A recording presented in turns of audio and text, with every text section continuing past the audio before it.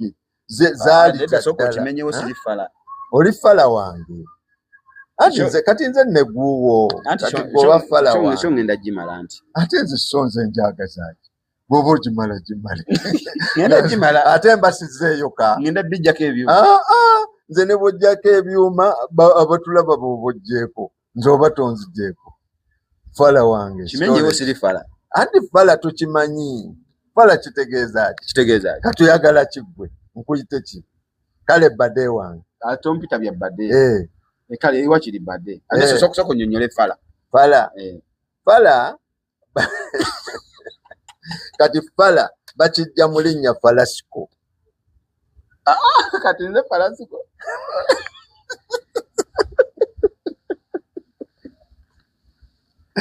naye nga taata w'abalongo yaasirise naye nze nga amaanyi gentadde mu kubanja abaana abatali bange kati nekiri fane n'abaana bennyini nga ne batugamba baafa ne mbagamba njagala kulaba wali malaalo gwengaani niwadde obuzinyu kiki nga gyendi Petero Allah akbar Mungu akyatukubira bagamba enkuyege zikytukubira endulu Petero mbadde olwayo neera gwenyumya naye netunyumya ku kijja kuggwa ne mugamba mu butuufu nanyumirwa kijja kuggwa nanyumirwa Petero naye ne mugamba nina omwana gwe nalinza nnyo naye mesikumanyi nnyo manya kozigwana ne mwana otandiza ebintu bye byekiyaye gwe kati nemugamba nakola naye nga mpulira bulungi kubanga omwana nga buli kyoyagala akikola n'amaanyi musanyufu teyeekaba kwegamba oba omuvuluze akkiriza omanyi kuno okuzannya kulinga kusamba mupiira nti waliwo okuba paasi kyebayita paasi omuntu n'omukubira paasi n'okuzannya bwe kuli nti omuntu oyinza okumukubira paasi naye n'akuddiza naawe n'omuddiza kwegga ne mugenda mu maaso kyetugeza kubagamba mbono era nga bw'ogambye nti gulinga mupiira olisobola omuwa paasi.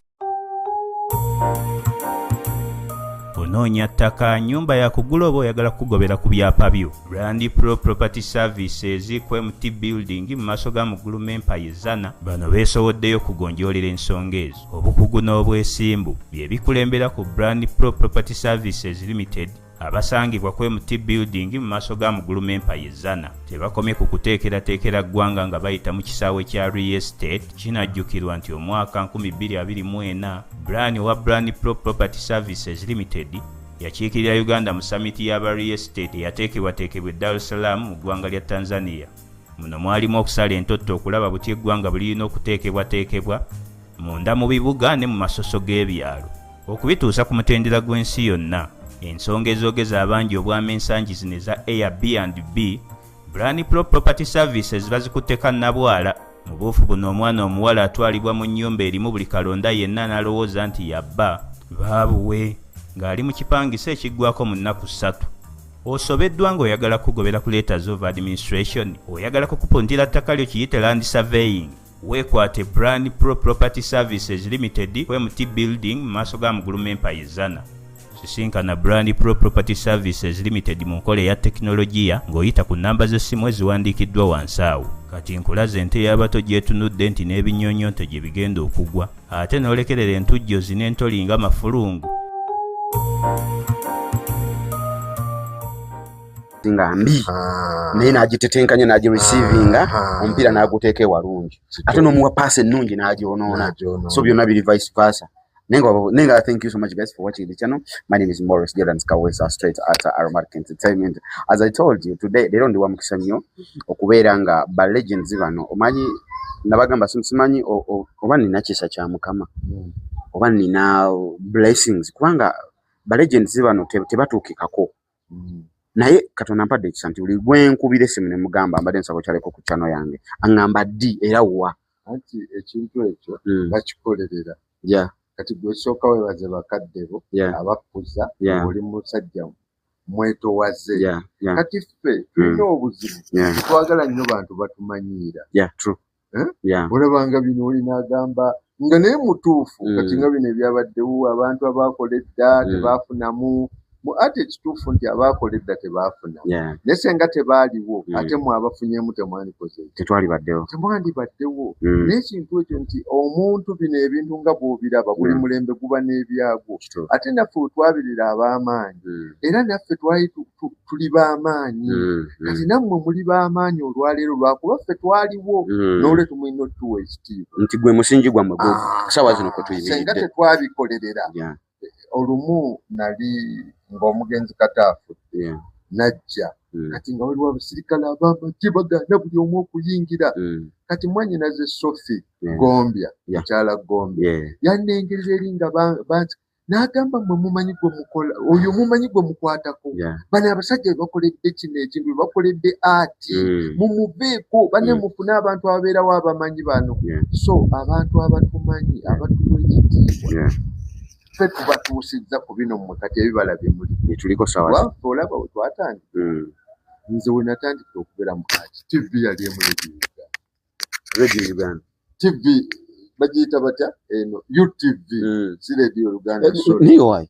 nga tonda tugamba UTV gwani weyanjulire ku bantu bano ate bote bamanyi naye kituufu buli nnaku waba abazaalibwa waba abafa waliwo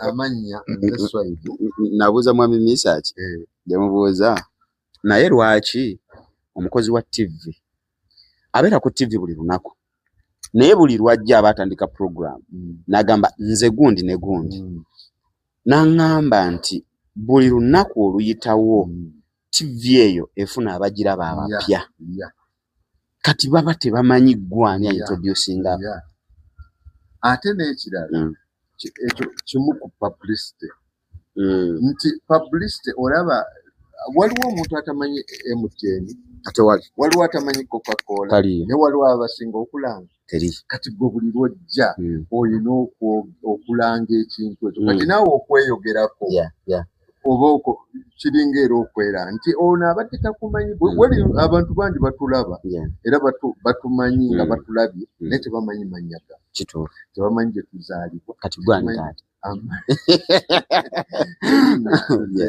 Kafeero Swaibu Kibira Saalo Swaibu Kibira Saalo nzaalibwa Masuuliita Masuuliita akaalo akalungi naye ndowooza nako Katonda yali akawadde nga ffe twana emmedi nsereko gyasibuka Masuuliita naye waavaawo era twalundanga naye mwalundanga naye nti muli balunzi bantu ab'e Masuuliita anti buli famire okubeera famire eteriimu nte eteriimu mbuzi eteriimu ndiga kati okuza otya abaana bubayigiriza ati omuntu alina okulima alina okulunda eno ggwanga lyaffe era ne bwe twalinga tusoma nga tugamba Sema Uganda eyimiridde ku kulima pamba Sema ebiti nga bw'obijjuka nga tubitontoma so ebyo ebintu birina okuba mu famire kirina kyenzijukira anti era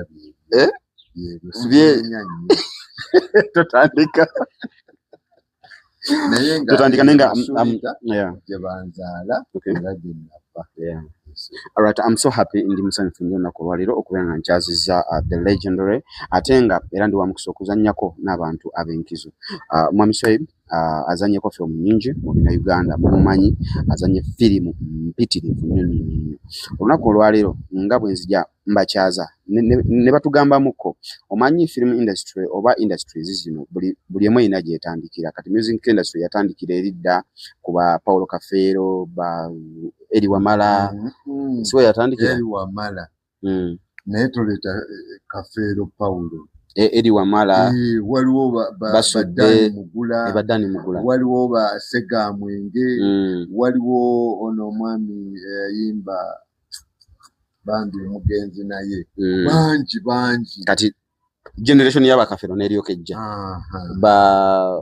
babasudde bakasozi abo ate nabo ne bavaawo ate kati nawo wabaawo enejja ene yazze n'erowooza nti yeesoosewo era yeesembyeyo era be balina ssente nnyingi naye kituufu lwakuba yakireese mu mbeera ey'okujereegereza naye nga kyo kituufu abantu abasooka tebafunamu ssente naye kati naye ate era nabo baazifuna balina waliwo omwami gwe balazeeko awo ali Busegaawo Kawulu something Kawulu bwatyo naye nga boy ayina nga ali mu kadongo kamu naye nga ate tamanyikiddwa era naye nga ayina so ne film industry naye ina ba legends abantu abakola emisingi that's why tulina okubawa ekitiibwa so he's one of them abali ba legends kati mukulu Swahili nsanze okulaba ku channel ne bana abantu they are very happy to see you because they've been asking me Petero kati Petero lero muyina kakati industry no gyatandika okay before anyway going with you byonna lwaki ku bitono byonna ebiri mu nsi lwaki gwe walondawo n'ogamba kozanye film nsize nalondawo ani yalondawo Katonda bw'aba atonda abantu buli omu amuwa ekintu ky'alina okukola nefe abamu tukigaana bugaanyi n'okireka naye nga buli muntu Katonda amuwa kikyalina okukola kati nange neesanga bwesanzi nga nkola ebintu ebyo naye sinze nakirondawo Katonda yakikulondera kati gwe n'okuza kikuze oba nenkimalamu amaanyi wakimalamu amaanyi kisoboka ati kakati olaba bwe tutudde wano kati gwe onsinga erinnya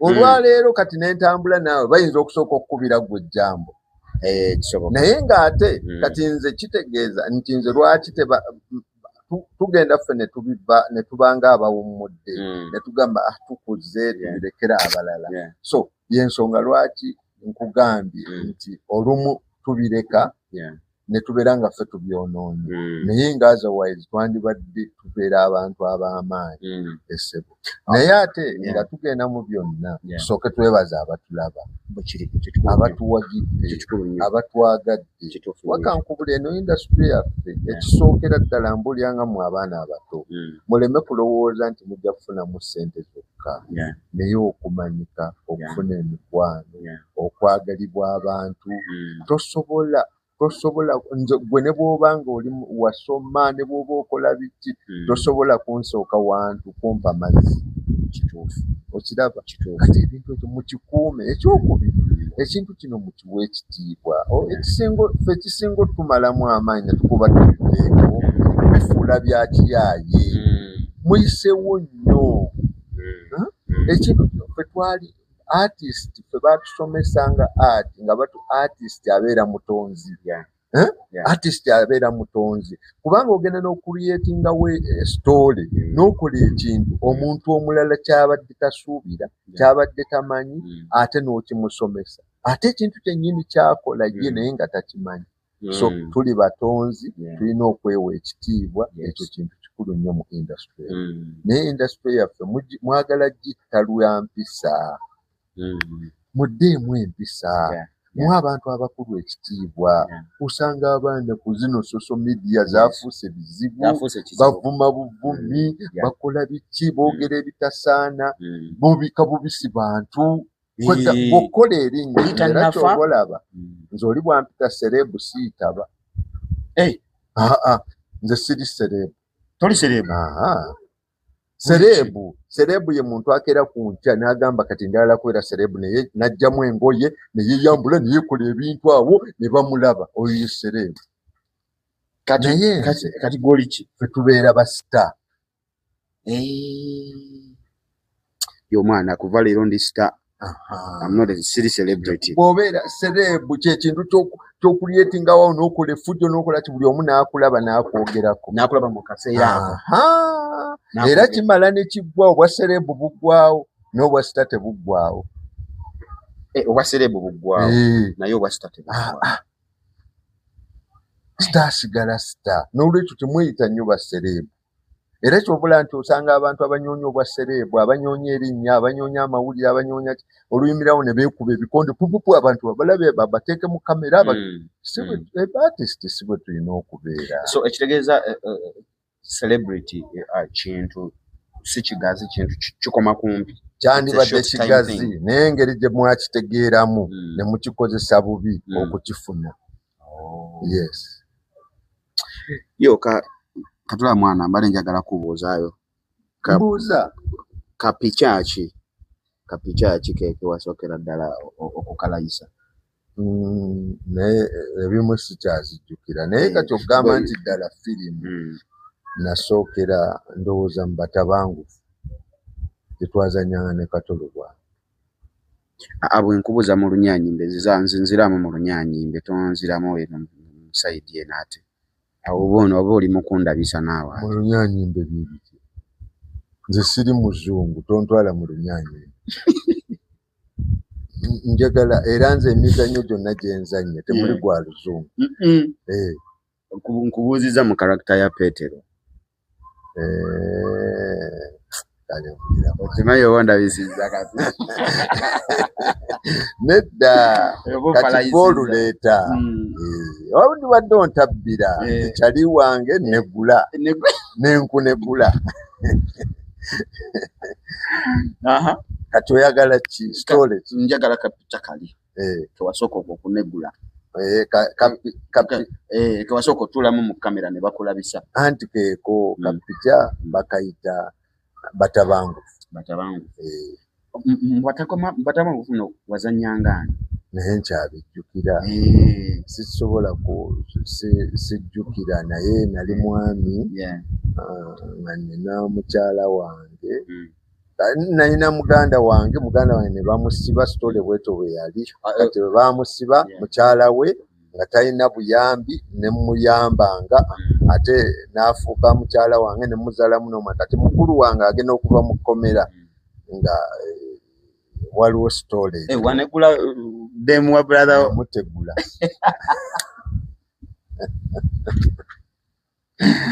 Namutegula kyali n'abeera mubaaya nnyo ne yeekyanga ne kale bafala bwe batyo. Kati gwe mwana ova mu jjeera kati oluleeta yali alundeetako ne mwana era namupoyesa eventually namupoyesa nga bulijjo era nga bakyali bwe babiira namupoyesa ky'oba otegeera. Mwana basita tebataaja nnyo tetubanga bafala kati mwe mutaaja taaja naye nze sitaaja nnyo. Kati wazannya Batabangufu ekibiina bali bakita batya by then?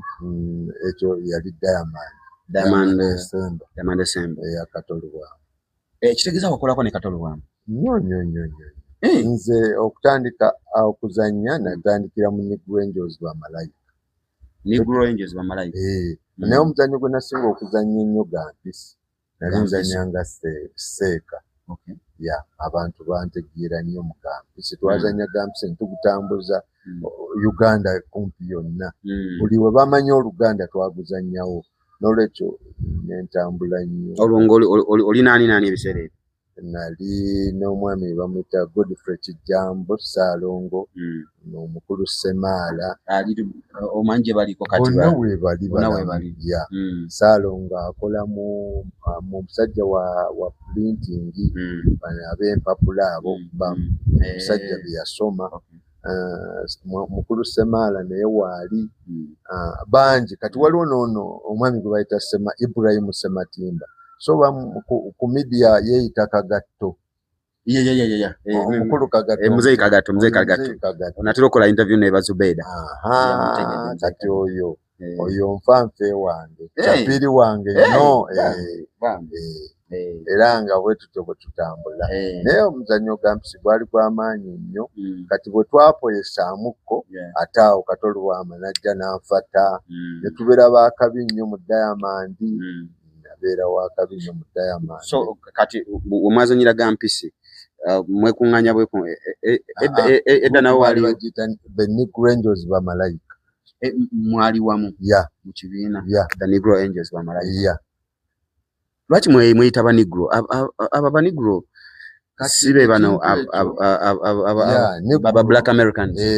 Kyebava ndowooza bagituuma Negro Angels bo abagitandikawo bagamba ekyafaayo ekyo baali bajjukira bajjajjaffe baganda baffe batabani baffe abantu baffe abagenda mu America ne nga basere bagundi be batunda slaves kati ba slaves abo kati mu bajje ekigambo ekyo ba negro kati negro angels kati be ba negro ba malaika era nga edanga beita ba negro angels ba malaika basoka kweta YMCA negro angels ba malaika ne balabanga ddene kati butwajja ku mulembe gwaffe ne tubikyusa ne tuga erinnya liwanvu nnyo mutayina budde bulisoma ne tugatulina ne tugatwete negro angels ba malaika kati oveeyo omumaze kuzanya batabangufu gampisi sorry twazanyawo emizanyo mingi naye njogeddeko gampisi kati Katolu Bwama nanneefasa netubeeraawo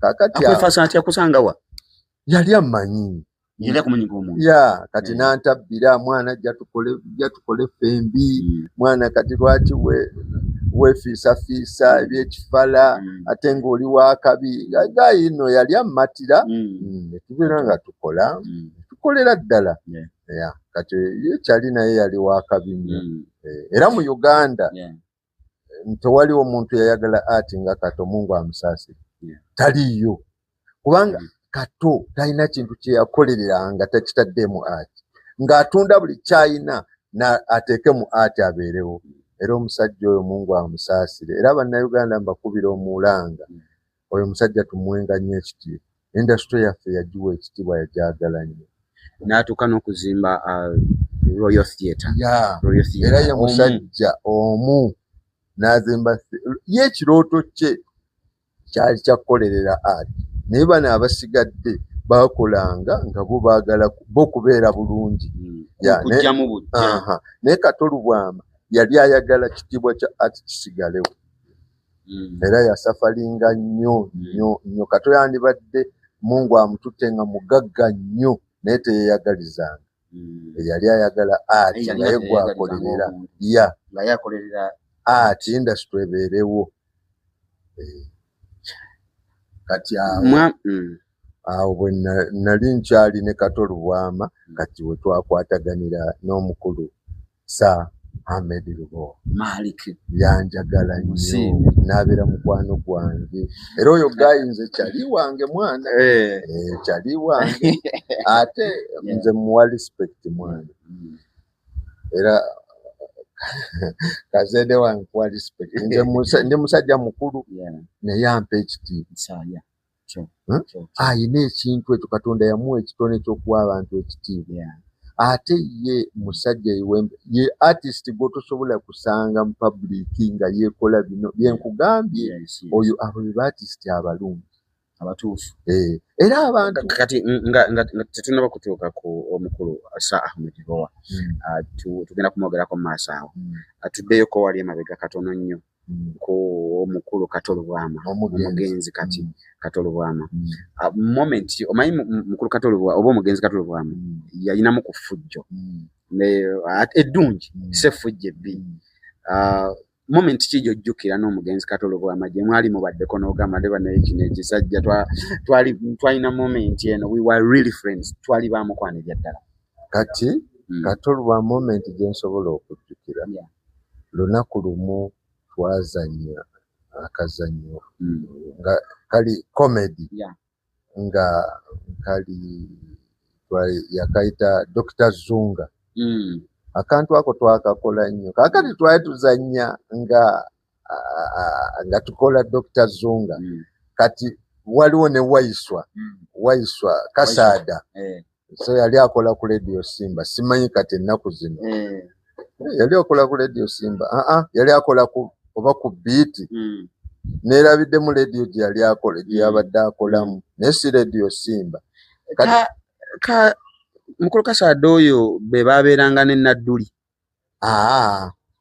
oyo teyali ne Nadduli oyo yakolanga na Katolu Bwama era ye obulamu bwe bwonna bwe baazannyanga mu Black Parrots era mu bantu bonna mu Uganda omuntu gwe nali neegomba kalakita ye yali musajja oyo era nga ndizannyako ddi naye ne Mukama n'amumpa nenzannyako naye naye kati tulina moment gye twali tulina gundi gye twali tukola kati nga ndi MP nga bagenze mu ssabo kati nga bayina essabo kati nenzija bankoleko naye kati najjayo sente nnyingi kati MP ensonga zo zaali ki mu ssabo kunyweza bantu badde banjagala ennyo bannonde byali bya kifala naye nga mwana kati ngwa bakyali olala kukajja mwana ne bagwa amatu ne bagaawo no fala atumanyira kati nasobolako bwenti oba mitwalo 2 nenjibawa bano nzizaayo ne bagaa mwana nedda tojja zitanefa saawo ne zivuga kati eyo moment yani kati ani yali musawa ani yali asawula Kasada ne Katolubwama be bali kati nze nzija ng'omubedde kati bwe bande kati ekireeta ennooma kujjayo bando nojjako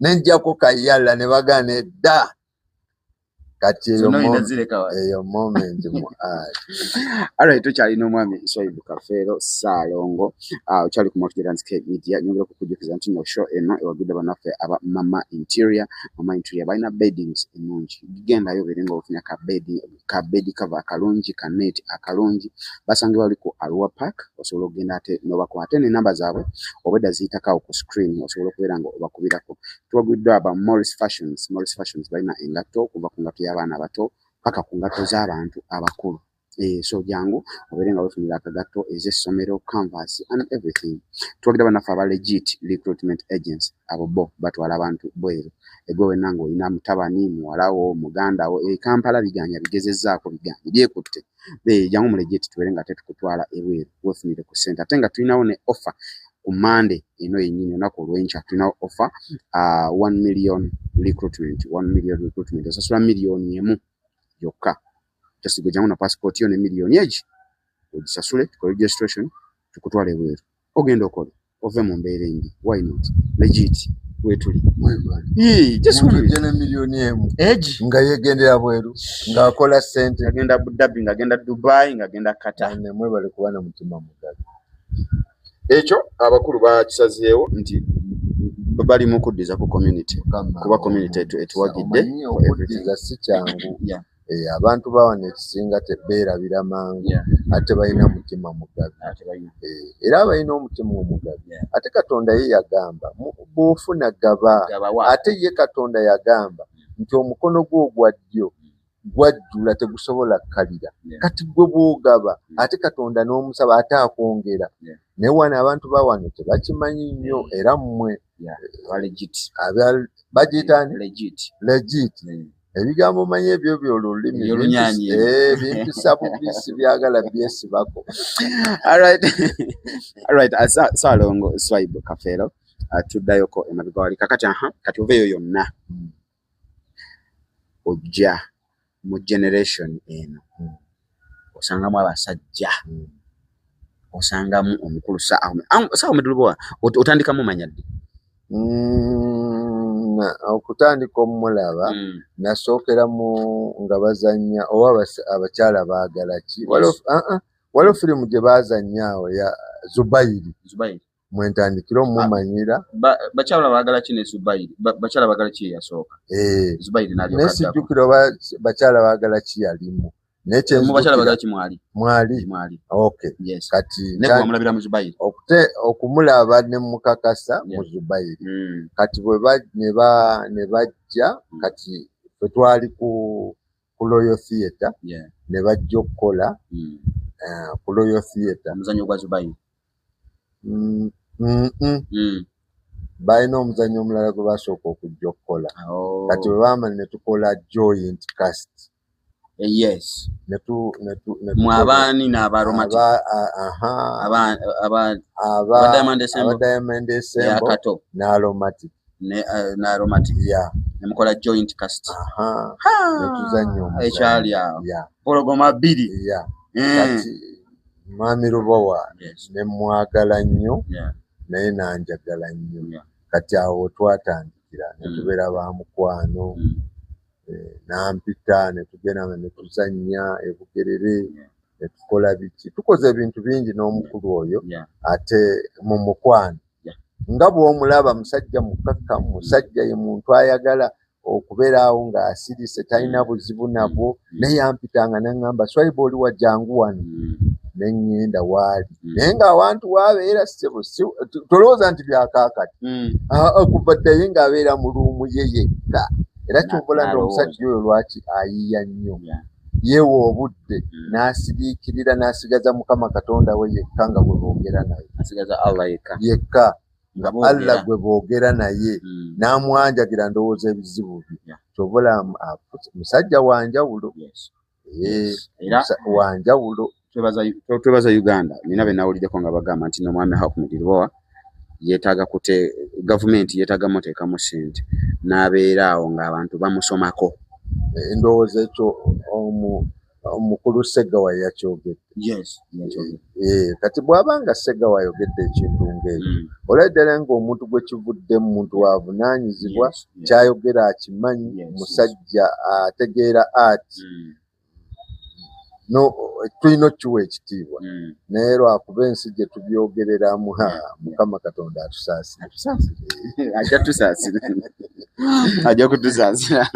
ajja kutusaasira kakati mukulu Ssaalongo mu industry muno omanyi waliwo kibaita firimu ennungi ne hit nti osobola okusanga Kenzo nakugamba nayimba lemidule sidu nenimba sitaleosi nenyimba bantu bagala ki naye no hit yange gye mpulya gye nakuba kati go mu films onazo ne oyina titles ngamika naye mu butuufu sizimanyi awo mba nkulimba ate ekisooka ezisinze naziwandiika nzannya buzannya kati obudde obuzibeerako nzijjukire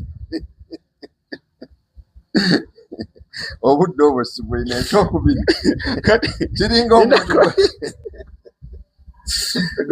gwe tebikwata kuba ziri mmeka oba ziri gwaza ekisooka sigwaziwandiika nze nzannya buzannya kati gwataziwandiika ate nzaagaza ati nze gye bampa gye nzannya nyinizo yazimanyi kiringa nze nsanga abantu mu kkubo naye kimanyi oli wambwa mwana wemba ndi wambwa kati osanga omuntu mu bbala n'akwefasa kale wamma gw'okikuba gozanya n'omugamba kakati gw'omanyi nze muge sibimanyi kuba kakati nze ombuuza nkuddemu ntya omugambe yenze ate olulala nze mugamba si yenze kati olulala ddeyo yeetegereze si kwesoma bino si byakwesoma nobeera wamma ffe tugizanya nze nazanya gundi kati oyagala mbere wano mu kwesoma kati mpowa kyali wange Ngupoye. Alright, kati ekyo nkirese ekya titles mmeka. So mu hit zo firimu zo zozanyi eriwa gwe gyogamba nti no boy nze nagikubanga hit njiwulira nange ye yandeeta katale. Nze kyenzikiriza nti abalabi be bakkiriza nti nkikoze nze sikkirizangako nti nkikoze. Abalabi be baŋŋamba nti wazannya gundi naye kaakati nzo firimu gye nasooka so sigwa ate ozannye ate nze atodde ne mu kulowooza nti ate neeno yeesinze nze bye mbiraba mu balokole nga bali mu Spensen ne bagamba nze nabbanga naye ndanga kaakati neewaako obujulizi ate olwo abalala bakole ki abalala basinga okugamba nze senga oŋŋambye nti firimu kye yasinga okunyumira gwe gye wazannye neekunyumira anti yeba hitiyo anti nze kikati kale kanti obiteekamu olwo olulimi mba sibitegeera kale firimu kye yasinga okunyumira nga gwogizannye nga nze ngizannye naye firimu yasinga okunyumira munnanga ate waliwo firimu gye mwalomati baagiyitanga Nawolovu. Nawolovu nazannyamu nga Ssaalongo omuganda wa Ssaalongo ne tujja okubanja abalongo naye Mukama Katonda nanyumirwa nga mmanja abalongo naye nga abalongo si bange naye nga ne taata w'abalongo yaasirise naye nze nga amaanyi gentadde mu kubanja abaana abatali bange kati nekiri fane nabalinga ababo n'abaana bennyini nga ne batugamba baafa ne mbagamba njagala kulaba wali malaalo gwe ngani muganda wa Saalongo gwe tebali babo gwe n'emirambo gyagala ngani anti kaakati ate wano mu Buganda ffe ba Saalongo waliwo gwe tuyita Saalongo omukulu nedda tudde mu firimu gwe wali just muganda wa Saalongo naye ng'otaddewo embeera kiki ekyakuteesa nnyo embeera ate baana bange baana ba muganda bange nze nfuna feeling nti abaana abo baffe abaana abo bange mu butuufu nga bange kati nze Saalongo omukulu njagala abalongo baffe tubazeeyo mu kika anti kati ate w'abaana kakkanye kuba kati yafunyemu n'endowooza agamba nti omukazi ono olaba alemedde abalongo bano bayinza okuba sina bange kati yakkakkanye kati ate gwe ate abazaala ate oyongeddewo embeera kakati ekyo kyekiri mu butonde bw'abantu omuntu omunyumizaako bunyumiza ekintu n'aba mukambwe ennyo oba n'akyagala nnyo okusinga nnyini-kyo abantu obasanga ng'agamba oyo simwagala ng'amuwalana n'omubuza yakola ki nga naye takimanyi kati ekyo bwe butonde bwaffe nedda ate kati ekyo kiri nyombakazi abakyala abo balaba ayinza okugenda n'anyumizaako mukwano gwe n'amugamba naye kati olaba omwami wange yakomyewo 9:00 ne bano abasajja nze bansobedde ko munne kiki yakomyewo mmeka nga lwaki obeera omusajja ddawo nze sisobola kubeerawo nze awumba nagenze dda nga nkolawo ki naye ate omanyi ayogera genda oyo omusajja takwagala wandibadde wamuviiridde dda naye kiri fane mu butonde bw'abantu oyinza okuba nga watewooyo adda 11 obusitadda naye nga yagamba munne nze sebyo sikikola kati okimanyi omusajja olaka alinayo mukazi n'ajubisa mwana byakifala okukakata kati nga nono bamukumyemu agenda okudda wali naye kati katuwabemuko katono okimanyi amaka agasinga oba kale abantu abasinga okwawukana ebiseera ebisinga tekuba kusalawo kwa mukyala oba mwami naye bano omanyi abaganda balina olugero olugamba nti nno kabaka tatta naye abawuzi b'obunyama naye ekyo ekintu ekyo okiraba nze ate sikikkiriza kati olaba gwe omutima gwo Katonda era yatugamba mu Kulaani omuntu bagenda mwokya omuliro okusinza ku magezi Katonda ge yakuwa kati gwe amagezi Katonda ge yakuwa g'olina okukozesa ng'engabo kati gwe bano abawujja obunyama buli lwe baligamba kyenagambye nze seesalirawo nga nze boogera nti nze njagala bayogere kubanga bali be basinga okundaba naye ate nze manye ekirungi kubanga nze nkikola n'olwekyo kati abantu bali abawujja obunyama buli lw'obagenderako bo bagenda kutomeza naye gwe olina okifuna mu mutima nti bali bawujja obunyama lwaki alumirirwa ekintu kino kikyakifunamu kati Saalongo ekitegeeza yalina okwesalira wakuveeko gwe omuwuzi w'obunyama kubona waliwo kawuzi wa bunyama kati abo be bantu ate naye wali muwuzi wa bunyama anti be bantu Saalongo baali babo anti y'ensonga lwaki bye tukola bino bye tuzannya tubigamba bali bafunemu ekyokulya kati nalwanira abalongo naye ng'abalongo si bange era kyobola nti mu firimu zonna eyo firimu awo buli wendowooza naye nga nali muzibu nnyo ne tugenda nembaga nnyo okulaba bwe baazika abalongo ne tugenda tuziikulewo abaana okumamu omuliro naye ate ekyenjawulo ekyalimu nti abalongo abo baali ba muganda wange nga guba musaayi gwange so tulina ate nakyo kiteekamu tulina okulwanira ebyaffe kyabooli baba bange so n'otogamba ba muganda bange kati okwo kubanga ate nabo tulina ekyokuyiga nti mwana wa muganda baaba ani mwana wo waba mwana wo era olina omulwanirira omusaayi gwo ekitegeeza firimu zino tekuba kuzannya buzannya naye kuba kusomesa tetuzannya buzannya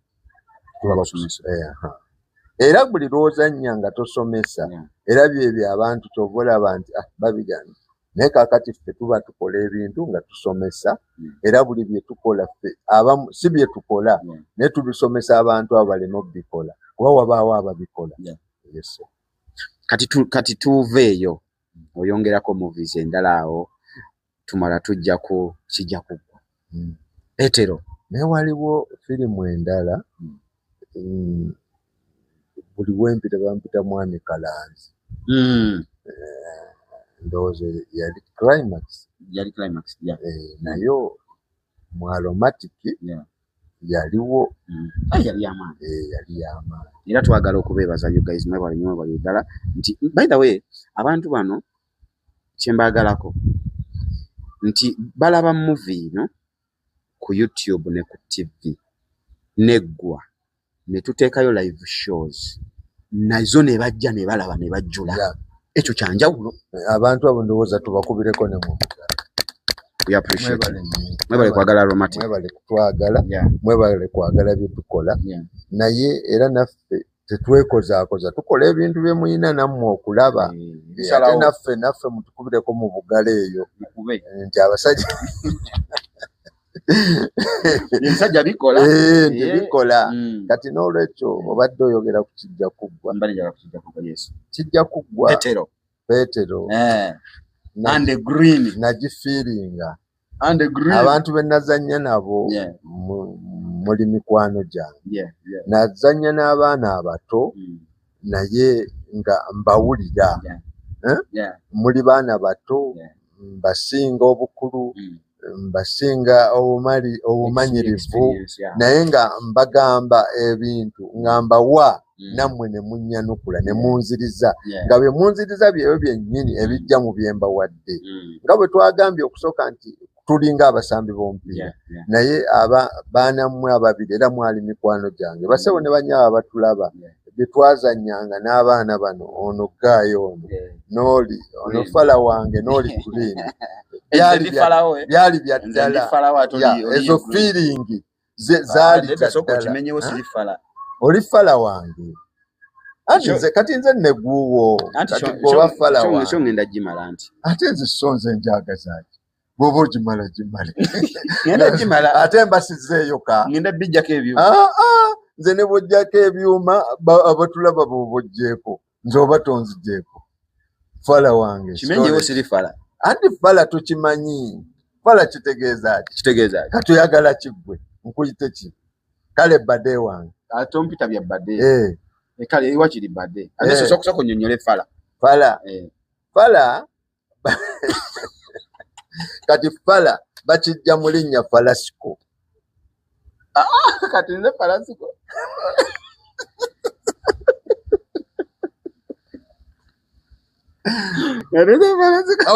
Okay. Basewo ne banyaba abatulaba gaitagala muyita Fala naye ng'ekyamazima Falasiko kati kankubulire Falasiko Falasiko waliwo amanya kati ng'olwe Falasiko kwegamba Falasiko omuntu kyalowoozaamu nti weewala nnyo ali awo ebintu bwabitegeera naye ng'ate si kivumo naye gwe abantu bedda batumanga omanyi bagandawazanga nnyo amanya Pitambu Petero zawedde Zabeeti si ye Zabeeti zawedde si lya ddiini si ye Zabeeti linnya ki nze sigamanyi nnyo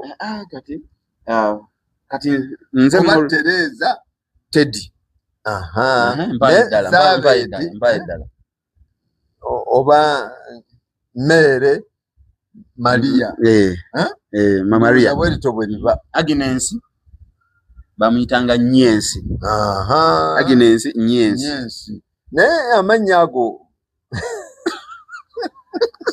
nedowooza ate ku mulembe ogwo tokolindeko lwaki betutuze ku Agnes Nyensi lwaki Why Agnes anti saagala mpulire wamanya businze nkuyise Nyensi oyo mwana Chapiiri wange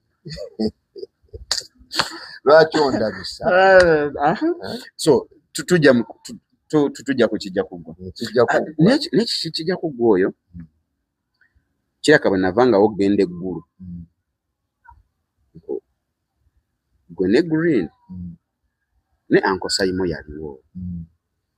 Ati kati oleta ndowoozayo. Era olaba ebyekifala bye nkugaana kati Green nze nali mutwalanga baby wange. My daughter, my Green.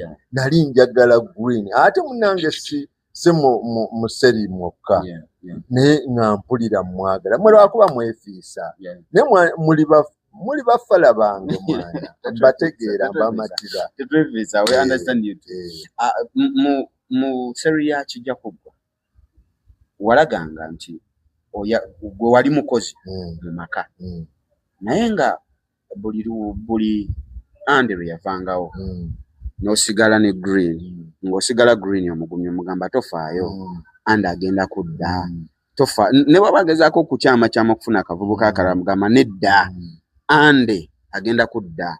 Kakati ogwo mukwano wagujjangawo okubeera nga omukozi ayagaliza abaana bano ababiri. Omanya ebiseera ebisinga by the way Director Ahmed yebale nnyo okubeera nga asomesa abantu bano nti omukozi ewaka naye abamwana oba abamuntu si kubayisanga ngenzo. Ate oyo omukozi gwolaba yabawaniridde obulamu bwammwe. Kubanga omuntu bw'aba akuwa ekyokulya kakube kulunda bisolo omulaala akirunda gwoba okiwaniridde kati olina okyagala ate gwe bw'okinyiza kijja kutta. Kati noono omukozi awaka buli lw'omuyisanga omuddu. Omukozi eyo mulimu siri erinnya lye. Omulimu omuntu yenna era mukozi. Naawe gy'okola awalala naawe oba mukozi. So abantu tulina obbayigiriza ebintu. Ekyokubiri omwana oyo waliwo mu maka baali bamuyisa bubi. Green bali bamuyisa bubi. Yeetaaga omuntu amukumaakuma. Ekisooka ekizibu ekyali ku Petero ng'ate amuyisa obubi mwana we. By the way. Oba ojjukira nga mwana we. Kakati ate alaba omwana we akola ebintu ebiri against ne Petero by'ayagala okukola. Kuba Petero si bwe yamukuza. Petero yamukuza ng'alina okuba omwana w'empisa omuntu mulamu ayagala abantu. Kati ng'alaba ebintu byakola bikyamu. Ate nga tayagala bamanye nti oli mwana we. Kozi Petero yali azaala Zana. Petero yali azaala Zana. Yali amuzaala yali mwana we. Kati omutima guno Zana yali agujjanga wa. Abantu bayiga ebintu ne babikoppa n'embeera. Kati omwana oyo nze kulwanga omwandiisi yali agendera engeri gye yali tazaala Zana. Kati yali abuliddwa omwana. Kati obusungu bwonna yalowoozanga nti oba bbaawe ayinza okutuukira omuwala ono n'amwagala n'amuzaalamu. Ekirala gwe wali engeri gy'otambula. Kati yali ayagala mugoba. Omanyi waliwo ekintu ky'ogamba nti omuntu ofune wabeewo gaabu. Omuntu ayinza okulowooza nti ekijja omuyamba. Saate kiyinza olumu obutamuyamba. Buli lw'okijja nnyo omuntu ono ayinza okufunawo omutima ogamba naye kankole ekimulumya. Katuddeko emabega katono. Zana ye yali ani yakuleeta okukola mu maka ago?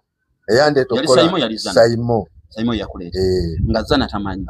Kati Zana yakwekangira wa. Zana naye baamuleeta bulesi nga nze wendi. N'akwekangira awo. Yakitegeera nti nno gwazzemu maka. Yansangamu nga nkolamu ng'era mmanyi. Naye ne mugamba ye abantu kye batalaba ye namugamba ebyokukola byange tebikwatako. Naawe ebyobufumbo bwo tebinkwatako. Gwe sigala ku bufumbo bwo naye nsigala ku mulimu gwange. Eri kirimu nti kye twali tugamba abantu nti osobola okubeerawo ng'okola ebibyo bino ebyomulala tebikola ki. Kubanga bali omwana kati senga namugamba oyo mwana wange biki oli tayinza kunzikiriza kukola. Kati ate nga nze omulimu ngwagala. Abagamba sijja kukozesa Sezaala. Ate nze eri yali professional yange nga gwe mulimu gwe nasoma. Kati nno gwe ekitiibwa. Kati n'ono afunye omulenzi we. Naye no baleka beeyagale. Mama yali tayinza kukkiriza kukozesa Sezaala. Okiraba. Kati Green ne Ande baali bakwano gwange. Ekisooka Ande naye yali azze ng'ali mu maka. Mwana mulungi taata wa mwagala nnyo nemanya taata we si yamuzaala. Ono omukazi afuna omutima emirala. Naye nze nalina obbabeezaawo mbabudeebudde naddala Green ne ande muwe courage muge nti abakazi babeera bwe bati abafumbo babeera bwe bati kuba yali mwana muto n'olwekyo ebyo bye twagala era ebyo bye tuteekwa okubuulira abaana baffe so era kye twali tugezaako okubuulira abantu webale kuba Petero Petero wamukuba webale nawe webale kubeera kuba andi nawe wamukuba but we appreciate bibangawo we appreciate you guys, thank you so much abanyo tukyali ku Multirazike Media nkyali n'omukulu Salongo Swahili Kafeero ya tebitugweko betogera tetubigenda kutugwako akaka kakati sawa zino bye bisembayo nga tuwumbawumba movie industry okuva gwe gyevudde gy'obaddeko emabega nakati sawa zino ogiraba wa maaso mu myaka nga 10 oba 5 anti industry ffe twagisangawo nze kyenkakasa era tujja girekawo kufa abaliwo tewaliwo nanyiniyo oba ntegerekeka ffe twagisangawo kyetulina okukola kugikolerera esigalewo so sigisaanyaawo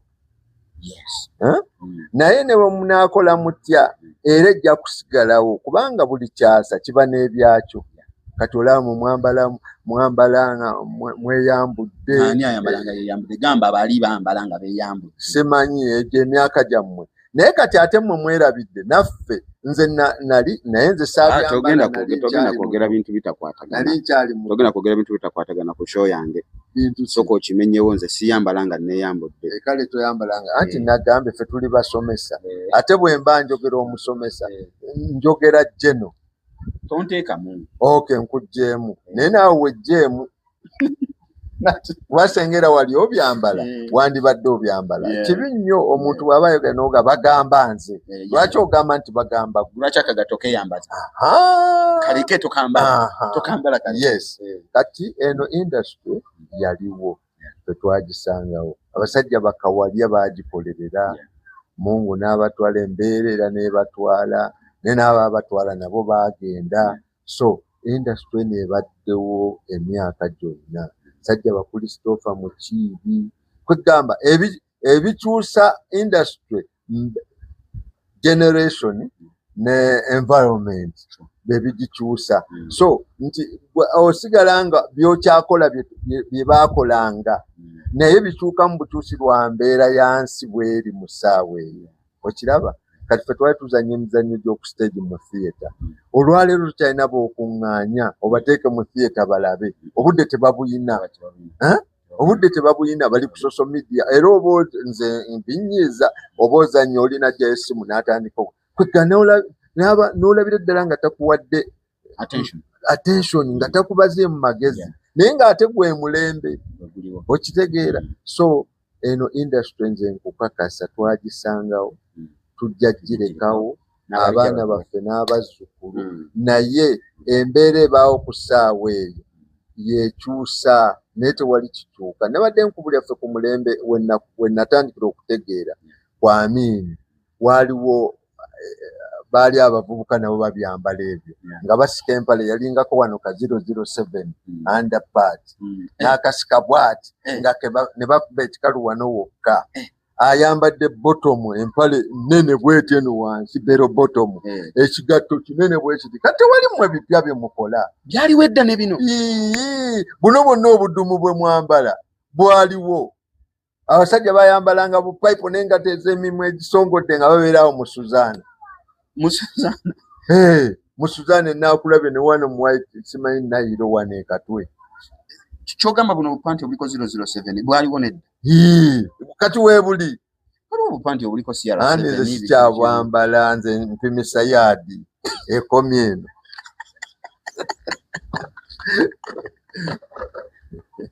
obwo bulemaza ogenda okyoti ngo weewesewese kikyate gweyambala yaadi yaadi yetya nyambala yaadi ekyo kitegeere ngenda ne bantungira empale ekoma wano empa emirembe neneetaaya.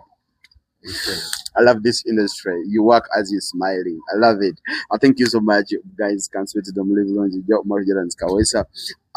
Obugambo butono nnyo mukama wange okusibirira entanda. Omanyi buli lwenkyaza omuntu naddala mwe ba legend banjagala asibidireyo entanda abazanyi ba actors ne ba actresses abajja okusobola okwekuumira mu industry eno abagirimu oba n'abasuubira okugijjamu beeyise batya okubeera nga basobola okugifunamu. Webale nnyo ssebo, webale kuba n'amagezi gategeeka. Omanyi kyokola bagamba nti tojajinga kitabo lwa ddiba lyakyo. Kati omuntu bw'akusanga awo tasobola kulowooza nti osobola okukola ebintu nga bino.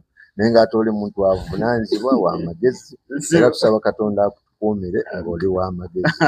Industry eno kye mbakubiriza naddala abaana abato, abavubuka, twagala ekisooka empisa, obuntu bulamu, okuwa ekitiibwa industry eno. Kubanga eno ebintu bino si byakuzannyamu buzannyi. Kyova olaba waliwo koosi okubisoma, wabaawo okubitegeera, wabaawo okubiyiga. So abantu ekintu kino mukiwa ekitiibwa abajja. Ekintu kino si kukolamu bukozi ssente n'olekaawo. Ekyokubiri, eno industry erimu ebintu bingi. Kaweesa okirabyeko nti wooyita omugagga baba tebamumanyi. Naye gwe baba bakumanyi. Kati kya bugagga ki ky'oyagala? Toyina w'osobola kutuuka n'obonaabona ng'oli mumanyifu. Baba basobola okuyamba. Kati gwe teweerabira nti bw'oba tofunyeemu ssente ojja kufunamu ekyo. Bw'oba tofunyeemu ekyo ojja kufunamu omulimu ofune ssente. Naye ng'ogujjawa mu industry eno artist kwewa ekitiibwa. Artist buli lwewa ekitiibwa era gwenda otunula oyogedde ku papa. Musajja yeewa ekitiibwa. Tosobola musanga nga yeejeebuula bw'ati. Abasajja bonna batunuulire. Naddala abasajja abayitako mu ngalo zaffe. Banjawulo mukkirize. Kiringa abo abayimbi b'olaba bamayinja baani abayita mu church. Banjawulo. Ne baba bayimba nnyimba zaabwe. Obawulira nga bayinamu eggono. Bamanyi kwegamba bayimba ebintu ebitegeerekeka kubanga baaweebwa Mukama Katonda. Naye n'olwekyo bano abajja nga bazze kukola bukozi olekaawo. Bannange mutuyambe eno industry mwagisangawo mujja girekawo mutulekere ekintu kyaffe nga kikyali ky'amaanyi. Banne naye abasinga mu byonna tetusobola kubeerawo ng'abo abalabi baffe tebaliwo. Banne tubeebaza nnyo, mwebale kutuwagira, mwebale kutwagala. Ate mwagale nnyo abaana bano. Wadde balina ebintu bye bakola olumu babikola nga tebamanyi. Abaana bakoze ebintu naddala ku social media. Social media zino oziraba. Senga tuzikolamu ebintu senga tuzitegeera twandibadde tuli wala nnyo mu Uganda. Naye omuntu agenda n'ayogera ku muntu ebyakalebule n'avuma abantu nga n'omuntu gw'ovuma you are nothing. Tosobola mutuukako wadde oluta lw'ekigere n'olu wadde akagalo naye n'omujeregajerega n'omugeyengula n'omufiisa n'okola ki. Mwana ate mmwe muli bafala nnyo. Muli bambwa nnyo, muli baagooba. Temulina kye muli. N'olwekyo mutuwe respect bassebo ne bannyabo nga naffe bwe mugituwa. Eno industry Katonda yagiteekawo ate nga y'amaanyi mu nsi yonna. Artist abeera wa kitiibwa. Mwewe ekitiibwa mwana n'abo abalabi baffe bajja kituwa. Ssebo neyanza nnyo. Taata nange neyanza nnyo tweyanze okubeera ng'okyaddeko ffe baani abakukyazizza. We appreciate tweyanziza akaddeko taata. Nenga thank you so much guys for watching the channel. My name is Morgan Kawesa straight at Aromatic Entertainment. Ebyo bye bigambo aby'omukulu Ssaalongo Swaibu Kafeero. Abo tunaba tulinamuko ekintu kyakyo nakyo ekyokwogerako nga kimwetaagisa okujja wano ali waka era njinja mukubera ajja kuba ajje tutongera okunyumyamu. Katusinkane mu comment section inshallah tweyanza.